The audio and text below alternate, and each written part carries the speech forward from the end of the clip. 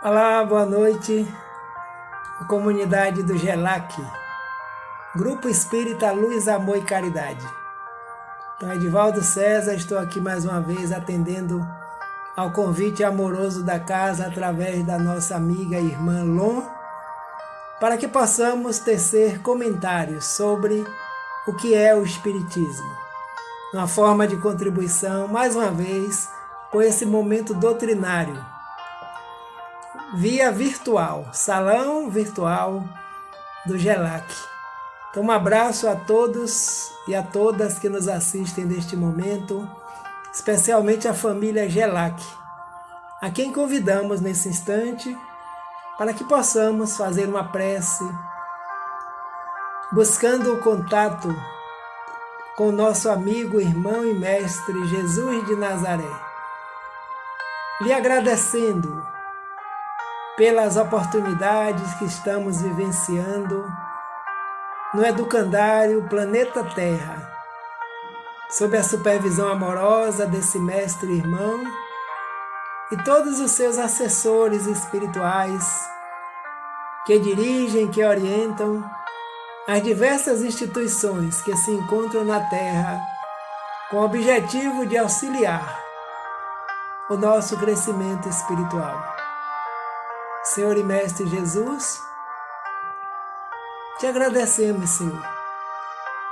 Te agradecemos e ao mesmo tempo rogamos as tuas bênçãos, as tuas energias de amor e paz para o nosso fortalecimento íntimo, espiritual, mental, de todos nós, seres espirituais em experiências humanas no planeta Terra, em todos os momentos da nossa vida e da nossa existência, principalmente nos dias de aflições, nos dias de mudanças íntimas, nos dias dos convites de renovação de atitudes. Abençoa-nos, Mestre, envolve-nos com a tua paz, as equipes trabalhadoras do amor, do bem, vinculados ao GELAC, esse grupo de amor, de luz, de caridade, de justiça, que pautam suas atividades pela tua doutrina de luz, cristianismo redivivo. Que a sua paz permaneça conosco, agora e sempre. Então, feito esse convite amoroso através da oração, para que vinculemos nesta noite e em todos os outros momentos a nossa mente, o nosso trabalho, vinculado à doutrina espírita. Então, o convite deste momento para que possamos relembrar para todos nós o que é o Espiritismo, também conhecida como doutrina espírita.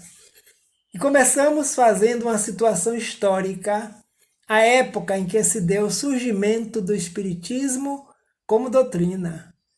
Através da evolução do pensamento da humanidade, nós sabemos que em várias épocas, nós espíritos que compomos a humanidade na Terra, que estamos em experiências humanas, através das vivências, das experiências, o pensamento, as ações, elas tendem a evoluir, porque fazem parte da própria evolução do espírito. Então, em todos os momentos surgiram correntes filosóficas, materialistas, espiritualistas, conceitos, religiões, tudo isso oriundo do movimento nosso de espíritos na Terra. E no surgimento do Espiritismo não foi diferente. As doutrinas materialistas naquele momento imperavam na Terra, onde muitos seres decidiam sua vida apenas pela busca dos prazeres materiais, desprezando completamente uma existência futura. Então era justamente nesse momento em que o plano espiritual maior, sob a orientação de Jesus de Nazaré, em uma de suas promessas, lá no Evangelho de João, no capítulo 6, quando ele se preparava para deixar a sua missão planetária enquanto ser aqui junto às nossas experiências humanas. Ele anuncia para os discípulos e para os apóstolos: se me amais, guardai os meus mandamentos, E eu rogarei ao Pai que vos envie um outro Consolador. E esse Consolador vem para ficar convosco eternamente. Quem? O Espírito de verdade, que o mundo ainda não conhece, mas vós o conhecereis. E eles perguntam, por quê, mestre? Porque ele estará em vós, ele estará convosco. Ele permanecerá com vós eternamente. Então guardai os meus mandamentos como uma condicional. Se me amam e guardam os meus mandamentos, se esforcem para vivenciar todo o ensinamento que eu tenho deixado, que em momento próprio a revelação será trazida. Então nós lembramos que ao longo dos tempos nós temos Moisés como um dos primeiros a trazer a revelação da vida, das leis divinas que regem os seres no planeta Terra. Então personificado em Moisés, o grande revelador da unicidade divina, do Deus único. Depois vem o próprio Jesus, encontrando o cenário ainda da vivência, da mensagem dos mandamentos de Moisés nas proibições, e ele garante que ele não veio destruir a lei. Eu não vim destruir a lei, mas eu vim dar prosseguimento, eu vim dar esclarecimento. Porque a lei nos é apresentada de acordo com o nosso nível de compreensão, de evolução, de entendimento e de aplicação. Então Jesus cumpre com a sua tarefa trazendo o Evangelho através da sua vivência. E em momento próprio ele promete um outro Consolador, retira-se para o plano espiritual da terra, nas moradas superiores em que tem a sua origem, e em momento próprio o Consolador prometido chega à terra.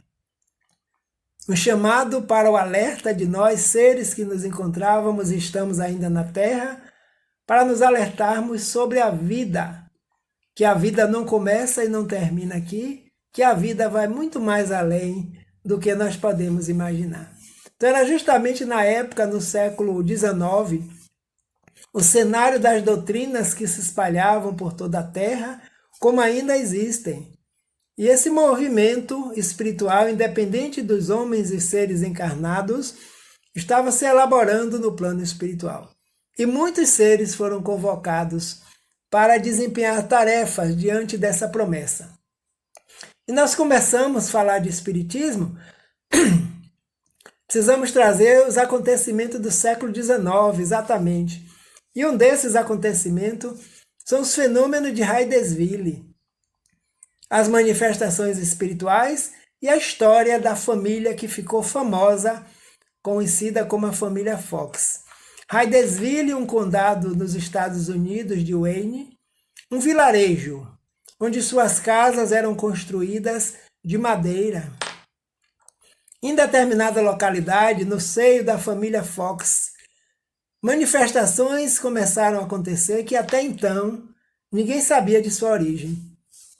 As pancadas dentro de casa, o movimento de objetos, movimentos de móveis, junto às crianças, às garotas que estavam com a idade de 9 a 10, 11 anos, que moravam com seus pais, começaram a brincar, a se divertir com o desconhecido, com os chamados raps, ou as pancadas que instalavam dentro de casa, e a família ficou empavorosa.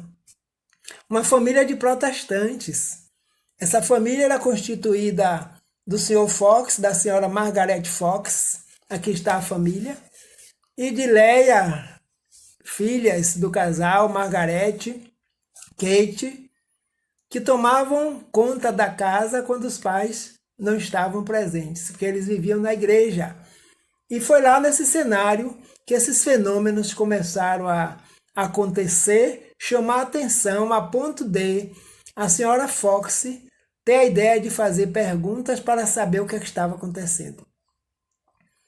E essas pancadas, elas respondiam mostrando que era um ser inteligente, que estava acessando aquele processo, aquele momento de comunicação espiritual através da chamada telegrafia, os raps ou pancadas. E não somente na família Fox neste momento, mas em várias outras localidades, em outros países, inclusive no nosso Brasil, esses fatos estavam ocorrendo como um chamado para a humanidade despertar para a vida espiritual, para a realidade maior da qual todos nós fazemos parte. Então, esses fenômenos aconteceram de tal forma que tiveram ideias de cronometrar, de codificar, atrelando o número de pancadas a letras do alfabeto, quando essas pancadas apresentam a proposta da telegrafia espiritual, trazendo a história do espírito Charles Rosman, um mercador ambulante que disse ter sido assassinado naquela residência na época em que os Fox ali ainda não moravam, por um casal que, tendo como objetivo o roubo do dinheiro que ele trazia de sua mercadoria, assassinaram o corpo. Mas ele continuava vivendo e dizia onde o corpo estava sepultado. Na adega, o corpo foi emparedado para que ninguém descobrisse. Mas depois a casa ruiu e foi encontrado o esqueleto, foi encontrado a caixa de metal do caixeiro viajante, porque ele perambulava por diversas cidades trazendo a sua mercadoria. E naquela noite, pela ganância, pelo desejo de possuir, o casal o havia assassinado, o corpo, porque morre o corpo, mas o espírito permanece. E ele se dizia que era casado, disse a cidade onde morava, chamava-se Charles Rosman, mercador, contou a sua história. E aí a família Fox ficou admirada com esse processo, a vizinhança toda tomou conhecimento, as notícias chegaram à igreja onde elas frequentavam, a ponto de serem expulsas, porque na época dizia-se que elas compactuavam com o demônio com o pé rachado. E as meninas sofreram muito com isso. Possuíam mediunidade que até então não sabiam do que se tratava, negaram os fenômenos, depois ficaram adultas, voltaram e confirmaram que tudo isso era verdadeiro. Então, quando nós vamos estudar a história do espiritismo no mundo, nós encontramos nos Estados Unidos a história da família que ficou famosa como a família Fox. E a partir daí, os movimentos já se intensificaram em toda parte, trazendo o chamado grande para a humanidade, para o desapego ao materialismo, para aqueles que não creem na existência e continuidade da vida após a morte do corpo físico. Eis o grande objetivo dessa doutrina, codificada hoje com muita clareza para que nós possamos entender e compreender todos os fatos que acontecem conosco como espíritos imortais, bem como com o planeta onde nós nos encontramos habitando agora neste momento. Entre os fenômenos das pancadas, das batidas, encontramos o famoso fenômeno das mesas girantes, quando pessoas se reuniam nos salões de Paris, propriamente dito, para divertirem-se com as danças das mesas. Essas pessoas se colocavam diante das mesas, colocavam as mãos sobre elas e, naturalmente, as mesas se mexiam, se batiam, levantavam e desciam, independente dos seus tamanhos. E as pessoas começaram a ficar admiradas, começaram a fazer perguntas e atrelando as respostas ao sim ou não de acordo com a quantidade de pancadas. E perceberam-se que eram inteligências que estavam atuando no processo. Então, nesse processo, nós encontramos em toda a humanidade, bem como também em Paris, na França, já o estudo do magnetismo, a magnetização. Então, nesta época, as experiências com magnetização eram comuns e atraíam o interesse dos homens de ciência, principalmente em Paris. Nós sabemos que no século XIX a ciência estava desabrochando, mas aqueles que tinham interesse estudavam o magnetismo, oriundo do professor Mesmer, que nós todos possuímos uma energia, um fluido vital, um fluido animal, um fluido que faz com que os movimentos possam acontecer. E até então, aqueles que tomavam conhecimento das mesas imaginavam que nada mais, nada menos do que o magnetismo, o ectoplasma das pessoas que estavam em volta da mesa, era possível fazer com que as mesas girassem, se manifestassem, dessem pancadas, levantassem. Então, nenhuma novidade até então. Mas nesse cenário em que as pessoas já estudavam a ciência, nós vamos encontrar o professor Hippolyte Léon Denisard Rivaio, um professor cuja experiência em educação foi adquirida no Instituto Pestalozzi, na Suíça. Então, esse professor tem uma capacidade tal, com obras divulgadas da sua própria lavra. Aos 14 anos, foi fazer parte do Instituto de Pestalozzi, que era um instituto que tinha como objetivo o estudo pelo prazer, o estudo pelo amor, a dedicação. E ele abraçava todos os indivíduos, independente do seu núcleo religioso, da sua formação, da sua condição social, para orientar, para fazer com que aquele indivíduo pudesse despertar suas capacidades e colocarem a serviço do bem. Então, esse professor em Paris teve condições de envolver-se com a educação parisiense, trazendo o seu conhecimento para reformular os postulados até então, naquela época, contribuindo assim com a sociedade. Muito conhecido, de uma família nobre, que tinha como processo a educação primordial de seus filhos e encaminhavam para os institutos. O professor Hippolyte nasceu no dia 3 de outubro de 1804, na cidade de Lyon, filho do senhor Jean-Baptiste Antoine Rivaio e dona Jeanne do Ramel. Ele casou-se com a senhora Amélie Gabrielle Boudet, uma professora que muito lhe auxiliava nas suas tarefas dentro da busca do conhecimento científico, do conhecimento do magnetismo, quando lá em Paris ele vai tomar conhecimento também desses movimentos das pancadas, dos rap, das mesas girantes, porque muitos dos seus amigos já estavam vivenciando essa experiência e o convidava.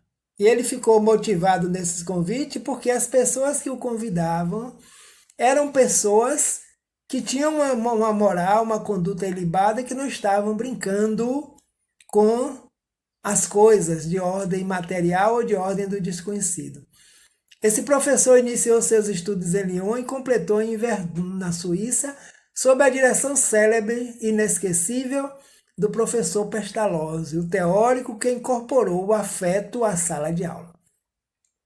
Imagine aprender pelo afeto, pela vontade de aprender, ser acolhido afetivamente, emocionalmente, para despertar no indivíduo a vontade de aprender. Então, não é ao acaso que o professor Hippolyte é encaminhado para o professor Pestalozzi, fazendo parte dessa programação do convite de Jesus do Consolador Prometido. Então, ele começa a instruir, começa a educar, para que no futuro ele pudesse utilizar o que aprendeu também nessa busca do conhecimento do Consolador, que estava se estabelecendo na Terra, na época, meados do século XIX, sob a orientação do plano espiritual maior, cumprindo assim com a promessa de Jesus na Terra: eu vos enviarei um outro Consolador. Para quê? Para que fique convosco eternamente. Então, houve um momento da revelação espiritual. O professor Hippolyte vai participar dessas reuniões e, chegando lá, ele observa, leva o método usado por ele como cientista da observação, da experimentação e da conclusão. E ele não sabia que estava se organizando para a codificação dessa doutrina que estava sendo revelada por uma coletividade de seres desencarnados, os espíritos, utilizando assim os médios encarnados na época. Então, essa revelação espiritual, quando o espírito diz para ele, nessas comunicações todas que ele observava, e ele via a possibilidade sim do magnetismo estar operando para que aqueles movimentos pudessem acontecer, mas não afirmava e não negava outras possibilidades. Quando em uma dessas comunicações, um dos espíritos chamado Zéfiro dirige-se a ele, dizendo: professor Hippolyte, com licença, gostaria de me apresentar. Chamo-me Zéfiro, mas nós já nos conhecíamos de épocas passadas. Em encarnações passadas, nós éramos sacerdotes druidas nas Galhas Antigas. Onde as Galhas Antigas? O mesmo território da França. E naquela época nós éramos amigos e continuamos assim. Então, me chamo Zéfiro, naquela época o senhor se chamava Allan Kardec. Então, para ele, uma surpresa de uma revelação e de um convite, onde esses espíritos diziam: existem possibilidades das notícias que estamos trazendo sobre a vida, do plano espiritual e da vida na Terra, de o senhor ser um organizador desses ensinamentos para que no futuro não estou sozinho, não estamos sozinhos, o senhor não estará sós. Somos uma pleiade de espíritos, uma equipe.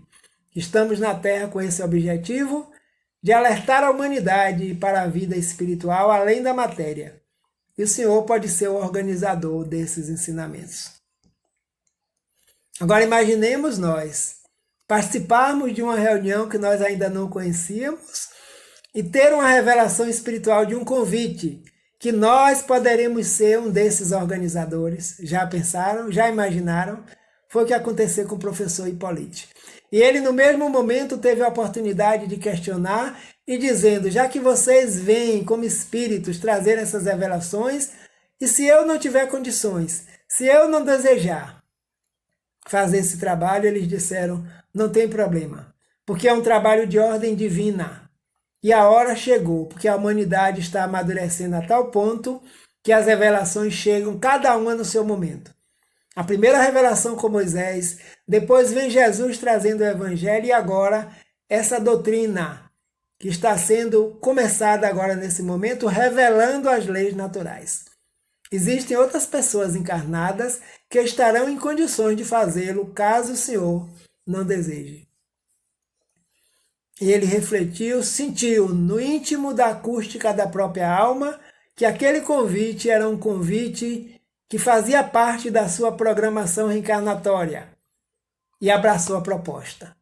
Então, assim como nós, qualquer um de nós, fiquemos atentos quando os espíritos podem nos alertar que temos uma tarefa a cumprir, ou que na acústica do íntimo de nossa consciência percebamos que existe uma tarefa num grupo de trabalho, de estudo e de divulgação para darmos continuidade ao compromisso assumido antes desta encarnação.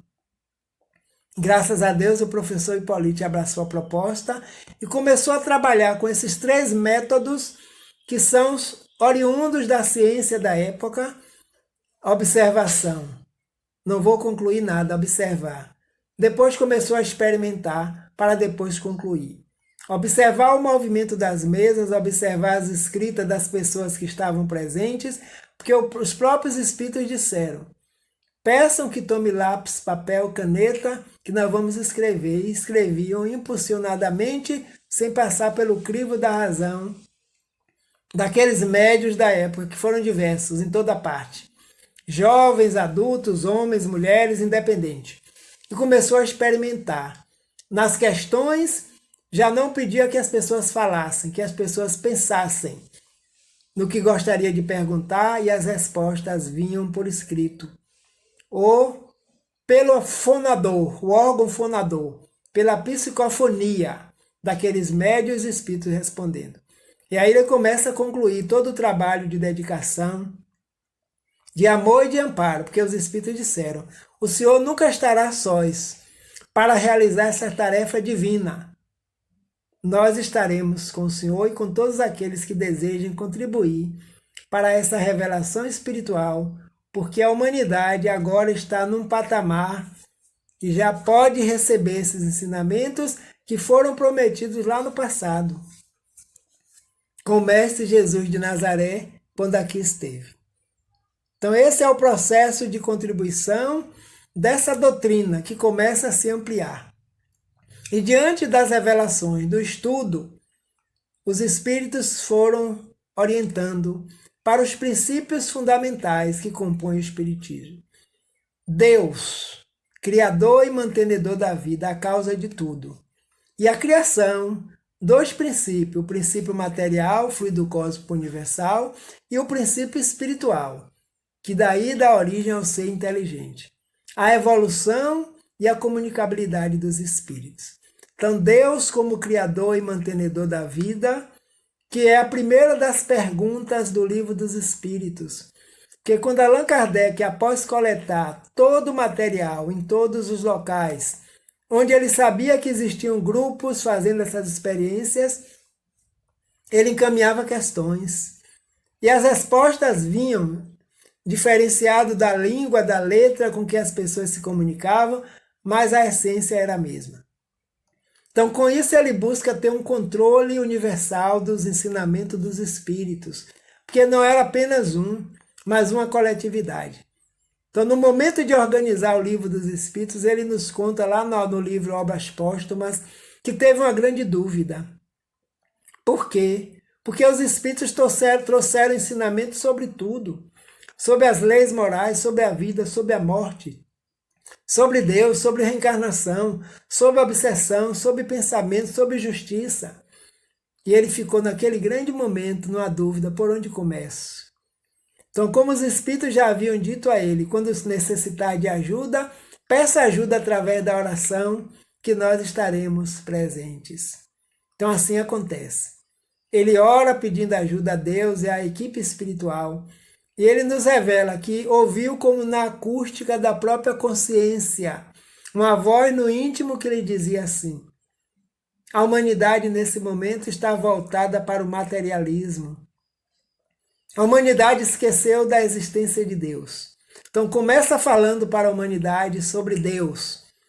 É por isso, meus amigos e companheiras, que a primeira questão do Livro dos Espíritos ele colocou: o que é Deus? E eles respondem: Deus é a inteligência suprema do universo. É a causa primeira ou primária de todas as outras causas. E a primeira parte toda trabalha sobre Deus, sobre os princípios da criação, sobre o início de tudo na Terra e no universo. Então, Deus como Criador, a criação, princípio espiritual, princípio material, a evolução é outro princípio da doutrina, a comunicabilidade dos espíritos, os espíritos se comunicam, nós nos comunicamos, quer estejamos encarnados ou desencarnados. Olha o exemplo de Charles Rosman, é uma comunicação bem rústica, bem rudimentar que estava se dando naquele momento, quando uma pancada era atrelada à letra A, 2 pancadas, letra B, 3 pancadas, letra C. Imagine que morosidade até completar uma palavra, uma frase, uma sentença, um texto, um livro. E os processos foram evoluindo, a tal ponto deles mesmos orientarem que as pessoas escrevessem nas pranchetas, porque toda a informação viria mediunicamente. E esses médios, todos os trabalhadores, eram espíritos comprometidos com a equipe do Espírito Verdade prometida por Jesus lá no início. A equipe se dividiu. Parte fica no plano espiritual dos desencarnados e a outra parte vem para o plano espiritual físico dos encarnados, para colocar a mediunidade a serviço e à disposição, para que essa doutrina estivesse conosco hoje, na atualidade, nos esclarecendo sobre nós próprios, sobre os fenômenos naturais que ocorrem diante da vida, como nesse momento, a pandemia que assola o planeta Terra. Nós encontramos lá no Livro dos Espíritos sobre os flagelos destruidores e as suas necessidades. De acordo com o movimento da humanidade, com as nossas ações do passado, nós recebemos as reações que são necessárias para a nossa educação espiritual. Mas os princípios espirituais não param aqui. Fundamentais, o básico. Então, continuando a pluralidade das existências. Eles nos disseram, continuam nos dizendo, que as nossas existências são várias. Através de quê? Do processo chamado reencarnação. Reencarnação é processo do plano espiritual dos desencarnados para o plano espiritual dos encarnados. E a pluralidade dos mundos habitados. O universo infinito plenamente ocupado. Todos os mundos são habitados. A ciência espírita já revela. E a ciência dos homens, que também é divina, tem que buscar, através das experiências da tecnologia, para comprovar o que já vem comprovando aí, encontrando água, encontrando oxigênio, encontrando condições de vida. Porque estamos todos em busca dessas comprovações e a ciência existe para isso. O homem não quer ser Deus, é Deus agindo através do homem, para que nós possamos concretizar os nossos ideais. E Jesus, modelo e guia para os espíritos na humanidade. Ele é o modelo e o guia, o Livro dos Espíritos, questão 625. Allan Kardec teve a oportunidade de perguntar quando estava na codificação: qual o espírito mais evoluído que Deus já ofereceu à humanidade para lhe servir de guia e modelo? E eles responderam: Jesus. Ele é o vosso modelo e o vosso guia. Então é esse irmão maior que está nos atraindo pelo seu amor para a nossa renovação de atitudes perante a vida. Acompanhando o planeta Terra como nos prometeu, eu estarei convosco até o fim dos tempos. Então os tempos ruins, os tempos de aflições vão passar, porque ele continua conosco. Bem-aventurados os aflitos, por quê? Porque os aflitos serão consolados. Quando, mestre? Depois que as aflições passarem. Depois que a dor ser substituída pelo amor, pelo trabalho no bem, pela prática da caridade. Então, as existências nossas são plurais. Nenhum de nós vemos pela unicidade da existência, porque em uma existência só, não teríamos condições de desenvolvermos os potenciais divinos que estão em nós. Deus não nos julga. Deus permite que o livre-arbítrio se desenvolva e nos dá a responsabilidade de assumirmos os nossos compromissos, as nossas ações perante a vida através das reações que nos trazem. Então, não existe o inferno eterno, o sofrimento eterno. Nenhum ser foi criado para o mal, para viver eternamente no sofrimento, porque a reencarnação é a porta da salvação, a porta da possibilidade educativa pela qual todos nós passamos de acordo com as nossas necessidades. E os mundos? Já habitamos mundos primitivos. A Terra já foi um mundo primitivo, hoje está numa escala de provas e expiações. Por isso que nós da humanidade na Terra, estudando o Evangelho, estudando o Livro dos Espíritos, encontramos o Conselho dos Espíritos, nos chamando a atenção para essa escola planetária, pelo grande momento intensivo que está passando agora, do mundo íntimo de cada um de nós, de provas e expiações, para sermos espíritos regenerados, rumo ao mundo de regeneração. Mas não é o planeta por si só que vai ser um mundo de regeneração. É a nossa condição moral, a nossa condição de espíritos que vão nos dizer que mundo nós estamos habitando. E Jesus continua sendo o modelo e o guia da humanidade. Então esses princípios norteiam a doutrina. E a doutrina onde nós chegarmos, nós vamos encontrar esses princípios. A codificação espírita, trazemos aqui agora, com a síntese de seus conteúdos. Codificação, porque as leis naturais que vivem em toda parte e vivem também no planeta Terra, mantendo o equilíbrio e a harmonia dos seres e dos mundos, foram reveladas para nós. Eles não criaram espírito, não criaram reencarnação, não criaram justiça, não criaram tudo isso fazendo parte. Foi codificada, porque trouxeram e Allan Kardec deu um código de entendimento para que as obras pudessem ser trazidas para o nosso conhecimento. Começando por onde? O Livro dos Espíritos. É o carro-chefe, é a base. Porque todas as outras obras são oriundas do Livro dos Espíritos, porque ele é dividido em partes. Contendo os princípios doutrinários, é o marco inicial da codificação espírita. Com o didático método de entrevistas, Kardec submeteu 1019 questões, obtendo dos espíritos, através de diversos médiuns, claras e elucidativas respostas atualizadas até os nossos dias. Então, o método que ele utilizou é um método pedagógico, um método didático, que ele conhecia muito bem. ele utiliza perguntas e respostas pela praticidade. Com um médio só? Não, com vários. Somente em Paris, na França? Não. Em várias partes. Em todos os locais onde existiam grupos, médios, estudando, se comunicando com os espíritos, ele enviava questões, as mesmas, para ter um controle, que as respostas eram verdadeiras.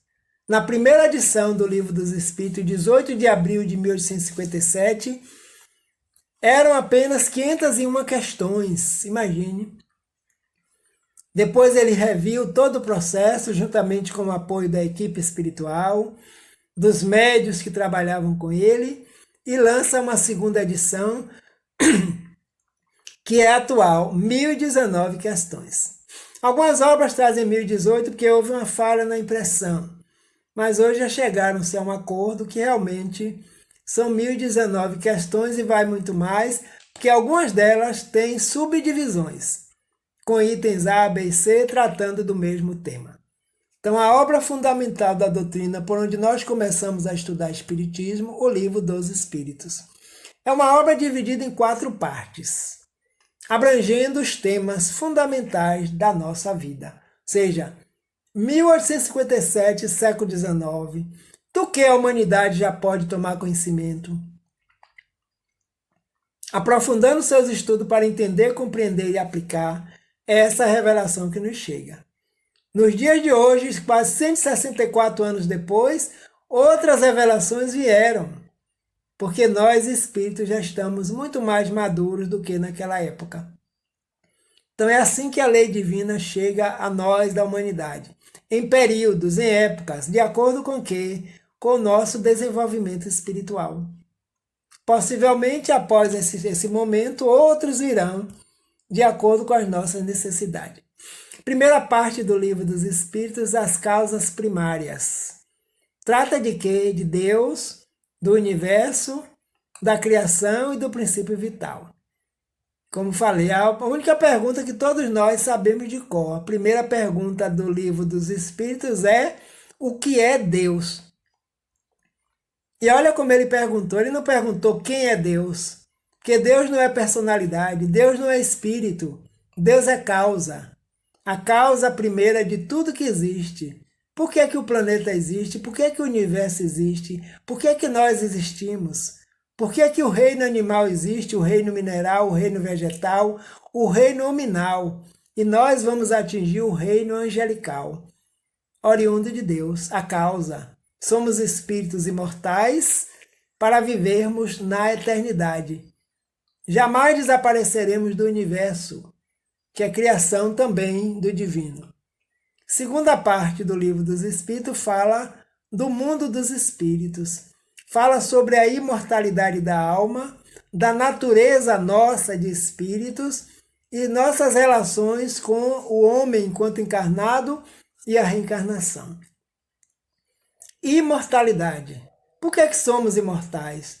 Não é porque não morremos, não. O corpo morre e nós continuamos. Porque a nossa constituição de espírito, inteligência, vontade, livre-arbítrio, pensamento contínuo, emoção, razão, sentimento e outras potencialidades que são atributos espirituais são oriundos de Deus. E esses atributos não desaparecerão jamais. Por isso o espírito é imortal. Vivemos antes, durante e depois do corpo físico. Já existíamos no plano espiritual. Criação divina. Viemos, através do processo da reencarnação, viver em várias experiências humanas. Para quê? Para aprimorarmos o nós espírito. Somos seres espirituais em experiências humanas. Como diz o filósofo Teilhard de Chardin, jesuíta, francês, e a doutrina abraça judiciosamente esse conceito. Nós não somos espíritos de vez em quando, nós somos espíritos sempre, desde o momento da criação até a perfeição espiritual. E as relações, tudo isso estudado no Livro dos Espíritos. Que mais? Terceira parte. As leis morais. É daí que vem o Evangelho segundo o Espiritismo.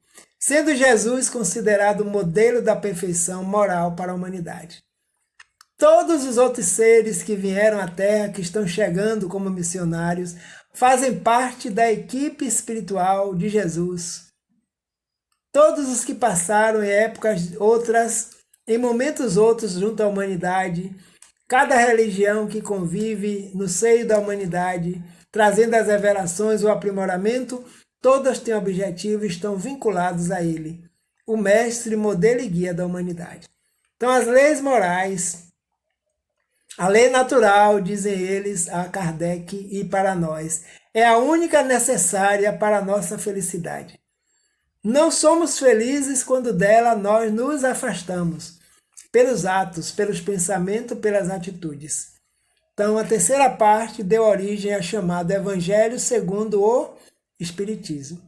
Quarta parte, esperanças e consolações, com análise das penas e gozos terrestres e futuros. A cada um é dado segundo suas obras. O que nos espera depois de desencarnados? Depende. O que estamos fazendo aqui agora enquanto encarnados? Penas, gozos terrestres e gozos futuros.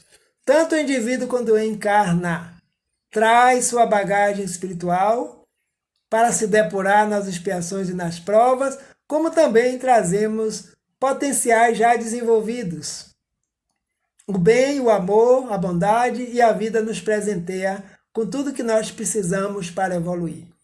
Tanto na ida para o plano espiritual dos desencarnados, quando nós aqui também chegamos. Assim é a vida. Então, a quarta parte do Livro dos Espíritos, e ele finaliza com a conclusão, onde existem 9 capítulos.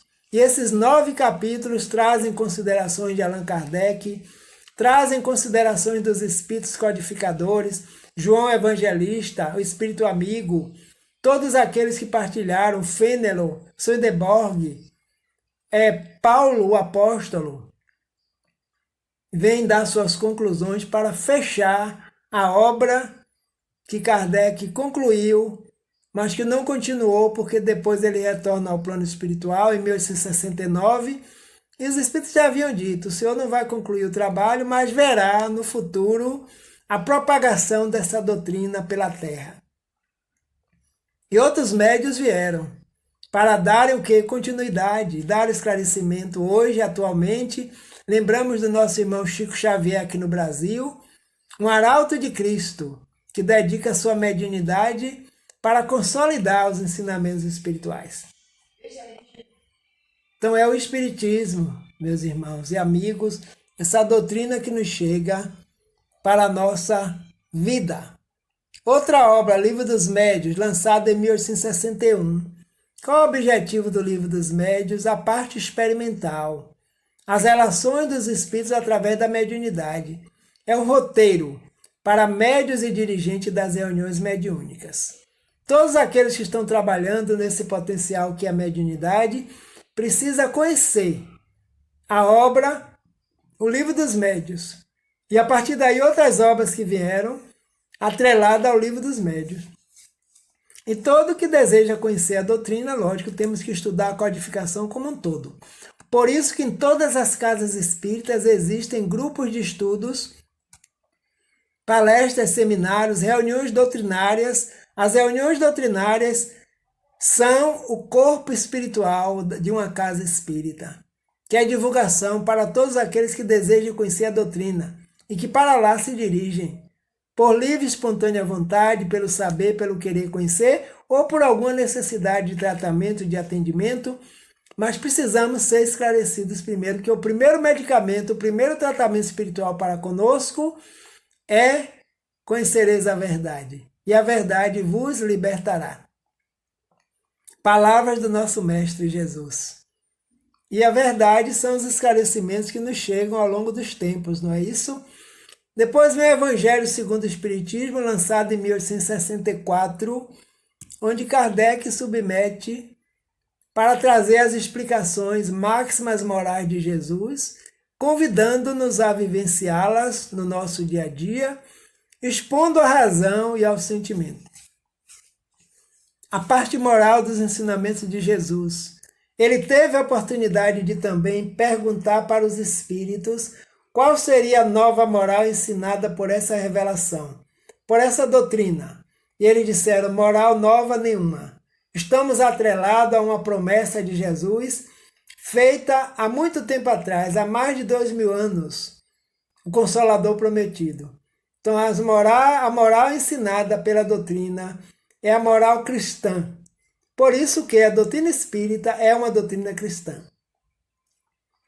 E muitos que estão fora não sabem disso, mas está atrelado a Jesus de Nazaré, o nosso irmão modelo e guia, e ele precisava trazer o Evangelho segundo o Espiritismo, que vem nos esclarecer sobre as parábolas, sobre os fenômenos que Jesus praticava, que ainda nós não conhecíamos, e tomamos como milagre, mas ele sabia operar e sabe, como espírito evoluído, mais evoluído na Terra, irmão nosso, o potencial de manipular os fluidos em benefícios da humanidade.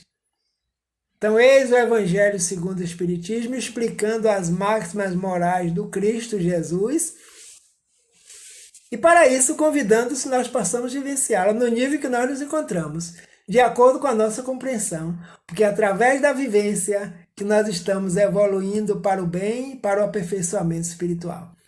O Céu e o Inferno, outra obra lançada em 1865, também conhecida como A Justiça Divina segundo o Espiritismo. Fundamental nessa obra é esclarecer sobre céu, sobre inferno, sobre purgatório, sobre limbo, sobre sofrimento eterno, onde os Espíritos vêm nos esclarecer que céu e inferno não são localizados, são estados de consciência do Espírito. Aqueles que praticam o bem, pelo bem, com o bem e para o bem, estão no céu, no paraíso, em qualquer lugar que ele esteja encarnado. É lógico que assim seja. E aqueles que ainda praticam o chamado mal, que é o afastamento da lei do bem, eles estão no inferno íntimo, com as consciências presas a todo o mal que praticou. Mas isso não é para sempre, porque Deus nos perdoa sempre.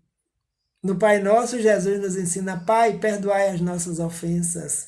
Ele nos perdoa sempre e nos dá oportunidades reencarnatórias para vivenciarmos, para depurarmos, para expiar as faltas cometidas perante a lei, agredindo a nós próprios enquanto espírito no processo da evolução. Então, céu e inferno. O mesmo indivíduo pode estar no céu, quando nós encontramos com ele, está tudo bem, família, saúde, emprego, moradia, está ótimo, eu estou no paraíso, eu estou bem. Podemos encontrar anos depois numa situação tal que o indivíduo se considere no inferno, olha aí. O mesmo indivíduo se considerando em locais diferenciados no íntimo. Então nós já sabemos que são condições íntimas de cada indivíduo e não existe o sofrimento eterno. Desde que o espírito se arrependa, deseje recomeçar, não ter esse pai encarnado ou mãe que não dê a chance ao filho para recomeçar. Quanto mais o Pai nosso que está nos céus, que Jesus nos fala que é puro amor, bondade, justiça e misericórdia. A Gênese, lançada em 1868. De que fala a Gênese? Fala da criação da humanidade, corpórea e espiritual.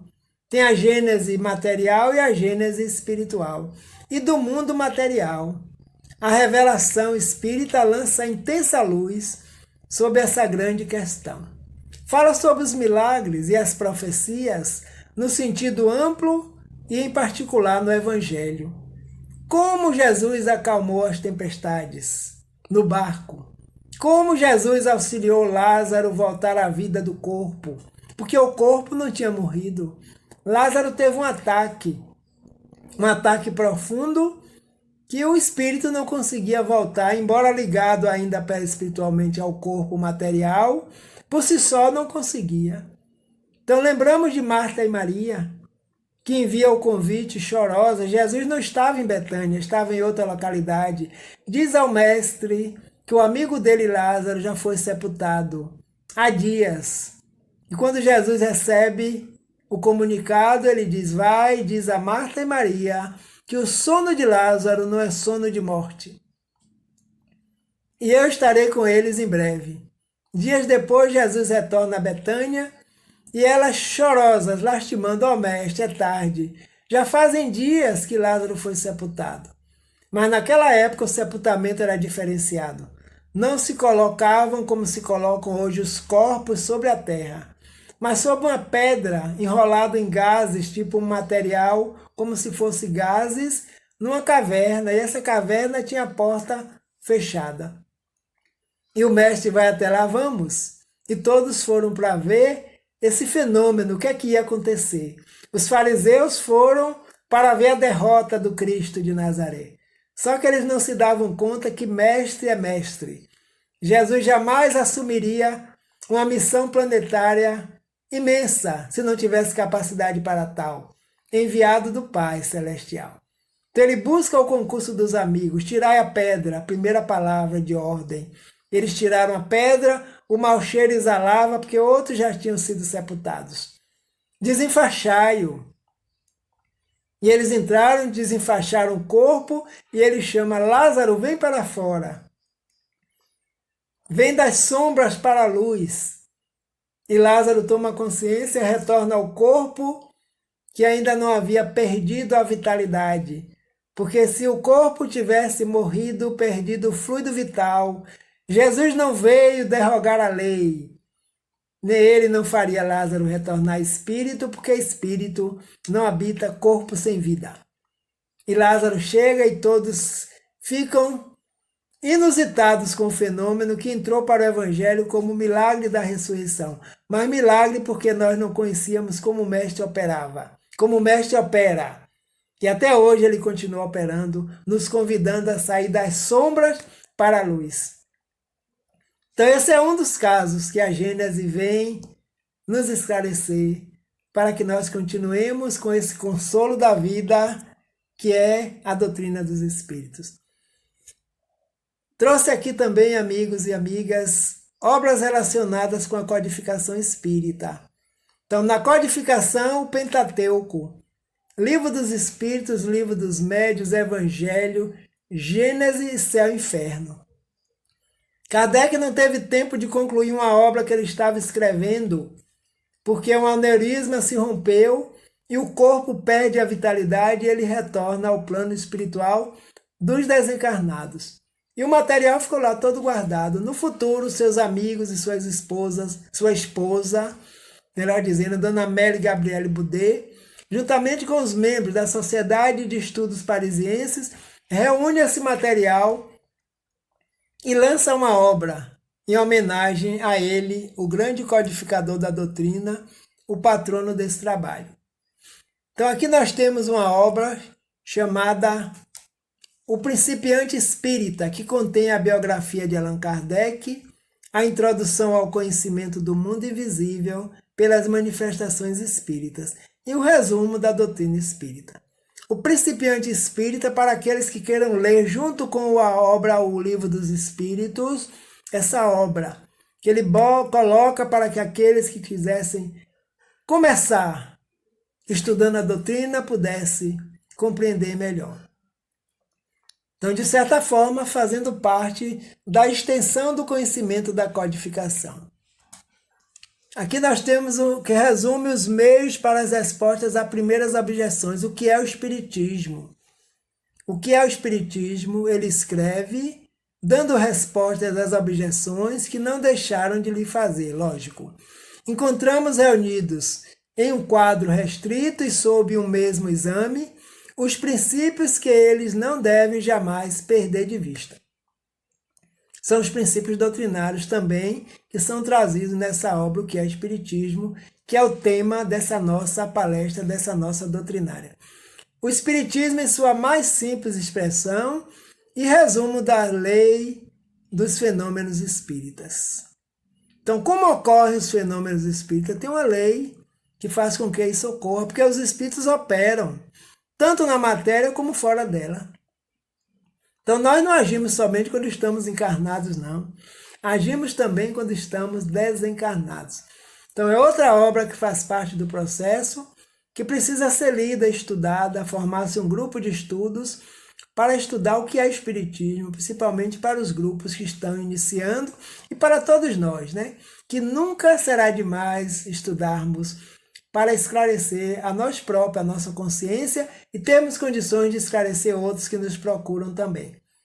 Então, quando lemos em determinados tempos, pensamos que estamos lendo coisas diferentes, porque estamos maturando aquele conhecimento, estamos em desenvolvimento, mostrando que tivemos outra percepção do estudo feito no passado.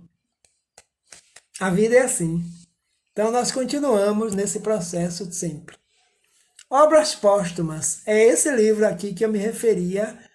Trata-se de uma compilação de escritos do codificador da doutrina espírita Allan Kardec, lançada póstumamente em Paris em janeiro de 1890, pelos dirigentes da Sociedade Parisiense de Estudos Espíritas. Então, Dona Amélie Gabrielle Boudet, que foi uma valorosa esposa, uma valorosa mulher, uma valorosa professora, que lhe deu todo o suporte para que ele pudesse realizar sua tarefa e sua missão. O acompanhava, e nós vimos no filme Allan Kardec como esse espírito trabalhou para que ele pudesse concluir. Então, reúne o material que ficou pronto, leva para a Sociedade Parisiense de Estudos Espíritas, que foi o primeiro centro espírita da Terra, porque as pessoas já passaram a querer conhecer a doutrina e era necessário ter um local apropriado para esses estudos. Então, é daí da Sociedade Parisiense de Estudos Espíritas que existem todas as outras instituições espíritas. O GELAC nasceu também da Sociedade Parisiense de Estudos Espíritas com compromissos assumidos na rocha da espiritualidade maior, sob a supervisão de Jesus e a equipe espiritual que dirige o GELAC a nível espiritual. Então, casa física, local físico, todos nós precisamos para nos abrigarmos das intempéries, realizarmos nossas tarefas, mas lembremos que a constituição espiritual da instituição existe, que primeiro ela foi criada no plano espiritual dos desencarnados por seres amorosos, que sabiam da necessidade de reunir a cada um de nós em momento próprio para a nossa redenção espiritual. Então, o estudo continua, Obras Póstumas também fazendo parte desse processo, e Kardec, satisfeito após chegar no plano espiritual, percebendo que os seus ensinamentos, os seus conhecimentos, as suas experiências estavam sendo lançadas para o estudo necessário perante a vida. Que mais? Os aspectos do Espiritismo. Quais são os aspectos dessa doutrina que nós estamos estudando, que nós estamos aprendendo e buscando vivenciá-los? Então, tem aspectos necessários que nós precisamos conhecer, porque é um tripé que faz parte dessa codificação espírita. O aspecto filosófico. Como filosofia, o Espiritismo responde questões básicas do conhecimento humano. Estuda as origens do homem, de onde ele surgiu, para onde ele vai e quem é ele. De onde vim primeiro? Quem sou? De onde vim? Para onde vou? O que é que estou fazendo na Terra? No mundo de provas e expiações, e o que preciso fazer para melhorar o meu mundo íntimo, contribuindo assim para a melhoria do planeta Terra. Filosofia. A filosofia pergunta, que a filosofia ama o conhecimento, a sabedoria, o amor. Então, a resposta do Livro dos Espíritos sobre Deus é causa primeira de todas as causas. Resposta filosófica. Depois a ciência vem para comprovar que não há efeito sem causa. Kardec pergunta como termos prova da existência divina? E eles respondem, nas vossas ciências existe um postulado que diz que não há efeito sem causa. Observai os efeitos.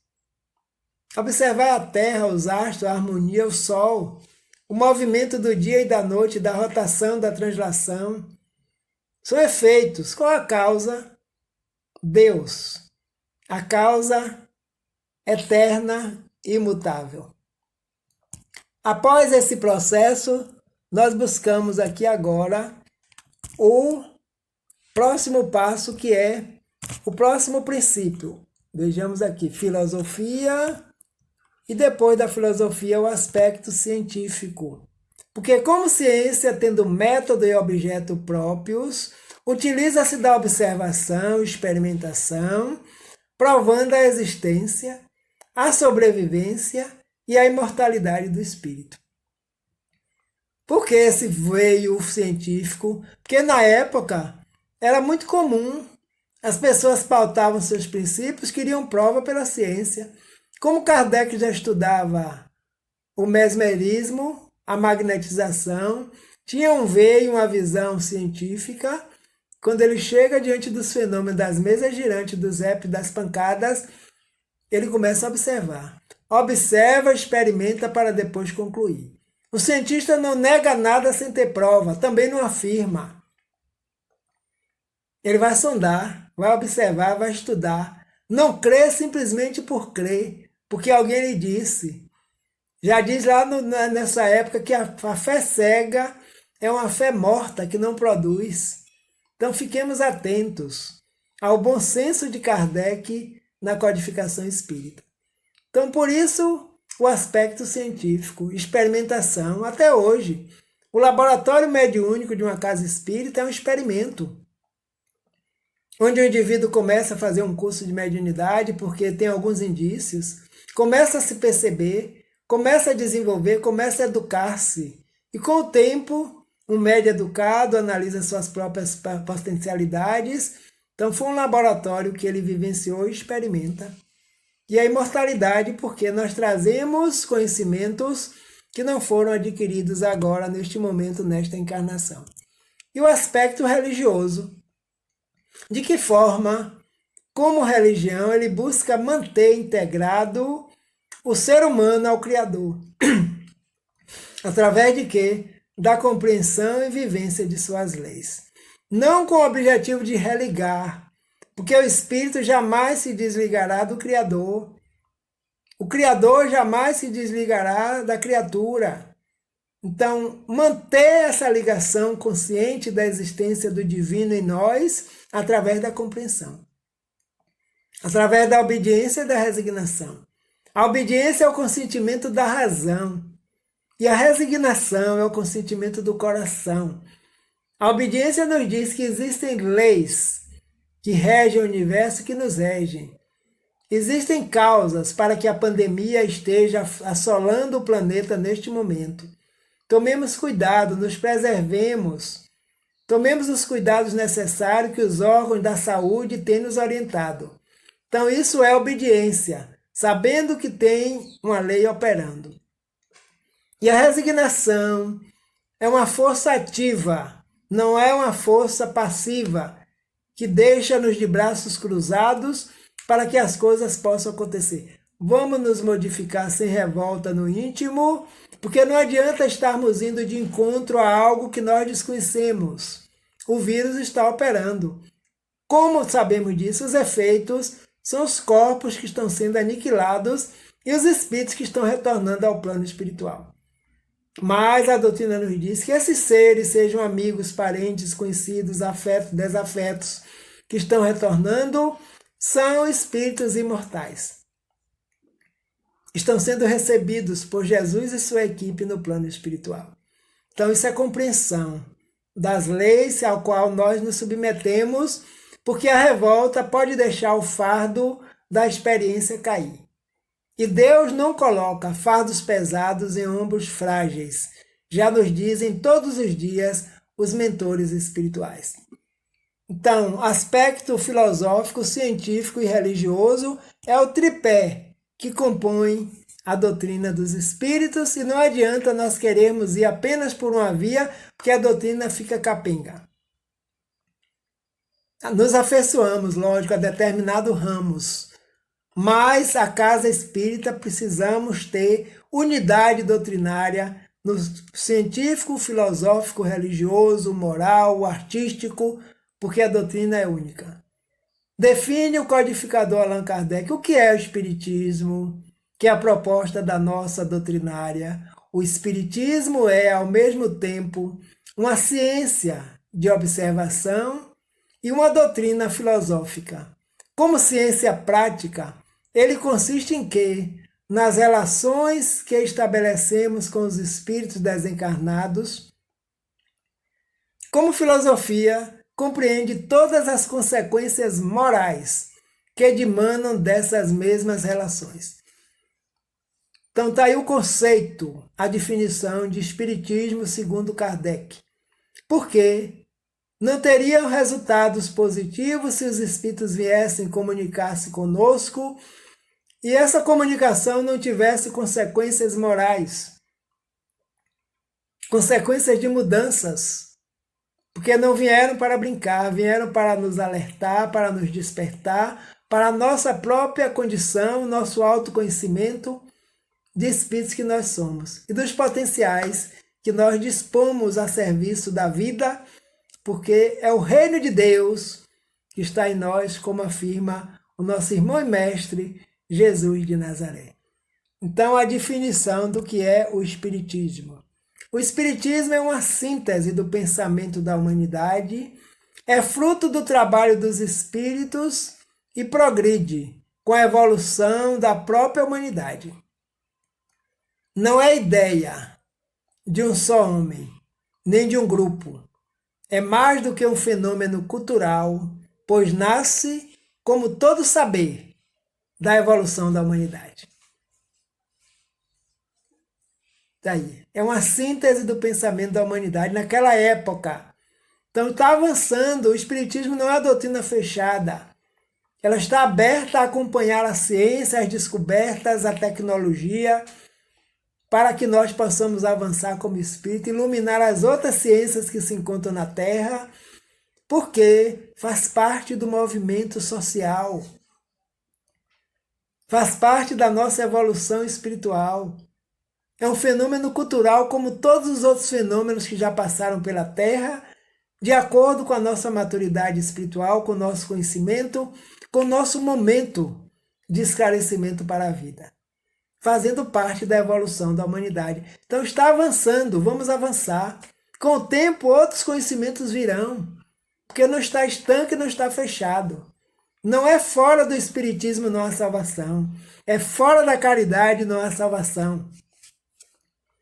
E a caridade pode ser praticada por qualquer indivíduo, qualquer pessoa, esteja ligado ou não a credos religiosos, a filosofia, a religião, a vida. Mas no íntimo, o indivíduo pode até não crer, mas pratica a caridade para consigo, para com o outro, para com Deus. E ele está fazendo sua caminhada espiritual também, aperfeiçoando-se para a vida. De modo que o Espiritismo é uma nova era para a humanidade. Então, a partir do momento em que a doutrina chegou à Terra codificada, a humanidade na Terra passou a vivenciar novas experiências. E quantos adeptos aderiram na época, em todas as épocas, estão aderindo agora, buscando esclarecimento para sermos adeptos esclarecidos diante da vida, sem dogmas, mas vivenciando claramente, experimentando claramente os princípios que a doutrina nos traz. Então é isso, companheiros e companheiras, todos aqueles que assistem a essa doutrina e a essa doutrinária que nos foi convidado pela nossa irmã Lon, a quem agradeço, a todos do GELAC, na pessoa de Lon e de todos os outros trabalhadores e trabalhadoras, para as nossas reflexões. Rogando ao Mestre de Nazaré, sempre, sempre, sempre, sempre, que nos auxilie no fortalecimento das nossas capacidades, das nossas potencialidades, para que possamos servir a causa do bem, a causa da nossa evolução, do nosso aperfeiçoamento espiritual. Fiquemos em paz, que o Senhor Jesus nos abençoe e nos guarde em todos os momentos da nossa vida. O Livro dos Espíritos, agora, em 18 de abril, completando 164 anos de luz, de esclarecimento, firme e forte na sua proposta de educador espiritual. Paz, bênçãos de luzes e paz para toda a humanidade, em nome do nosso Mestre amado Jesus de Nazaré, que fortaleça as equipes espirituais trabalhadoras do bem da tua seara e todos os trabalhadores vinculados ao GELAC, encarnados e desencarnados, para que em breve possamos estar todos reunidos em pensamento e fisicamente, dando continuidade à obra que nos foi confiada. Paz em Jesus.